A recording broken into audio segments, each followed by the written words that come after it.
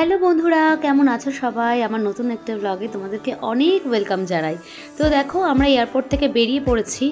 আর সত্যি বলছি, মানে বেরিয়ে এতটা মজা লাগছিল কি বলবো। মানে মনে হচ্ছিল যাক, শেষ পর্যন্ত আমরা বিদেশ আসতে পেরেছি তাহলে।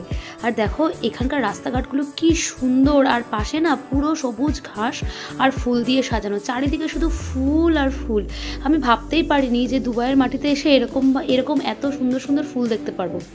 তো যাই হোক, খুব ক্লান্ত হয়ে পড়েছিলাম ওই টাইমটাতে, কারণ 5-5.5 ঘন্টার একটা জার্নি শেষ করে আমরা পৌঁছেছিলাম। দেখো চোখ মুখের অবস্থা পুরো খারাপ। তো যাই হোক, যাওয়ার পথেই আমাদের এই হোটেলেই বুকিং ছিল, মানে খাওয়া দাওয়ার জন্য আর কি, লাঞ্চের জন্য। তো আমরা এই হোটেলে ঢুকে পড়লাম, আর ঢুকে দেখলাম কি, দেখো এখানে লেখা আছে কি স্পেশাল দম বিরিয়ানি। তো এই কথাটা দেখে না, এই দম বিরিয়ানি কথাটা দেখে আমার না কলকাতার কথা মনে পড়ে যাচ্ছিল। যাই হোক, আমাদের এখানে হোটেলের টেবিল বুক করাই ছিল। তো এসেই আমরা প্রথমে খাবারের উপরে ঝাঁপিয়ে পড়লাম, তার কারণ এত খিদে পেয়েছিল কি বলবো। আর খাবারগুলো না ভীষণই টেস্টি ছিল। কি জানি, জার্নি করলে না হয়তো বা তাড়াতাড়ি খিদে পেয়ে যায়, তা নাহলে বাড়িতে তো এত তাড়াতাড়ি খিদে পায় না। তো যাই হোক, খাবার দাবার আমরা খেয়ে নিলাম। আর দেখো সবাই এখানে খাওয়া দাওয়া শুরু করে দিয়েছে, কারণ কেউই আর ওয়েট করতে পারছিল না।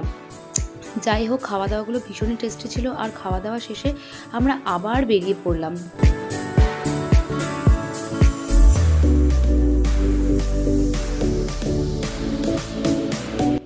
বেরিয়ে পড়ার পর আমি না অবাক হয়ে শুধু এই বড় বড় বিল্ডিংগুলো দেখছিলাম আর ভাবছিলাম, এগুলো তো এর আগে মানে ফটোতে দেখেছি, টিভিতে দেখেছি, কিন্তু আজকে আমার চোখের সামনে পুরো বড় বড় উঁচু উঁচু বিল্ডিংগুলো দাঁড়িয়ে রয়েছে।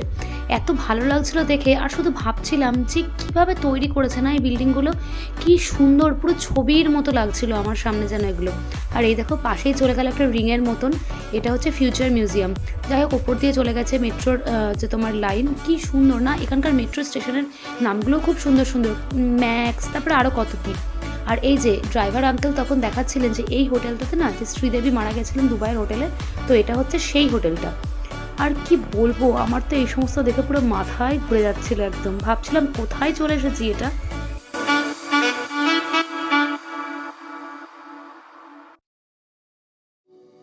যাই হোক, তো অনেকক্ষণ চলার পরে আমরা চলে আসলাম আমাদের হোটেলে। তো আমাদের হোটেলের নাম ছিল উইন্দাম। তো কি বলবো আর কি, হোটেল দেখে তো আমার আরও মাথা চক্কর খাওয়ার ব্যাপার। হোটেলটা ছিল মানে 32 ফ্লোর হোটেলে ছিল আর কি। আর এই সময় না ডোডো এতটাই ক্লান্ত হয়ে গেছিলো যে ওর বাবার কোলে ঘুমিয়েই পড়েছিল। আর সবাই একটুখানি রেস্ট নিয়ে নিচ্ছিলো, কারণ রিসেপশনে কিছু কাজ ছিল, কিছু ডকুমেন্টস দেখানোর ব্যাপার ছিল, তো সেইগুলো সারা হচ্ছিল।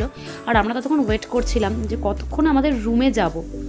তারপরে তোমাদেরকে কি বলবো, মানে রুমটা তো আমি পরে তোমাদের সঙ্গে শেয়ার করে দেবো, তার আগে দেখিয়ে দিই এই যে লিফটের মধ্যেই সুইচগুলো।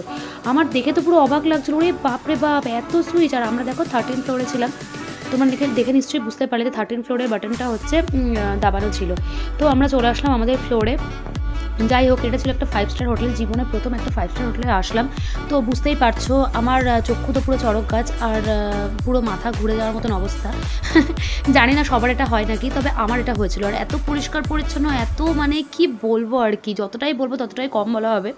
আর এখানে যে সমস্ত যারা কাজ করছিল না, যে সমস্ত লোকগুলো, তাদেরও ব্যবহার ভীষণই ভালো ছিল।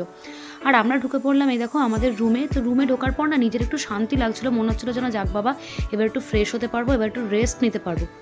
তো যাই হোক, ফ্রেশ হয়ে আমরা সন্ধেবেলায় রেডি হয়ে বেরিয়ে পড়লাম দারুণ একটা জায়গায় যাওয়ার জন্য। সেটা কোন জায়গায় দেখতে গেলে আমার ব্লগটাকে ফলো করতে হবে।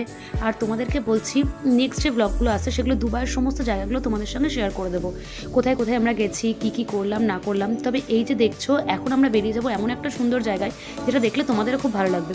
তো সেই জন্য বলছি, যারা যারা আমার চ্যানেলটাকে সাবস্ক্রাইব এখনো করোনি, চট করে সাবস্ক্রাইব করে দিও। আবার দেখা হচ্ছে নেক্সট ব্লগে। চলো, টাটা।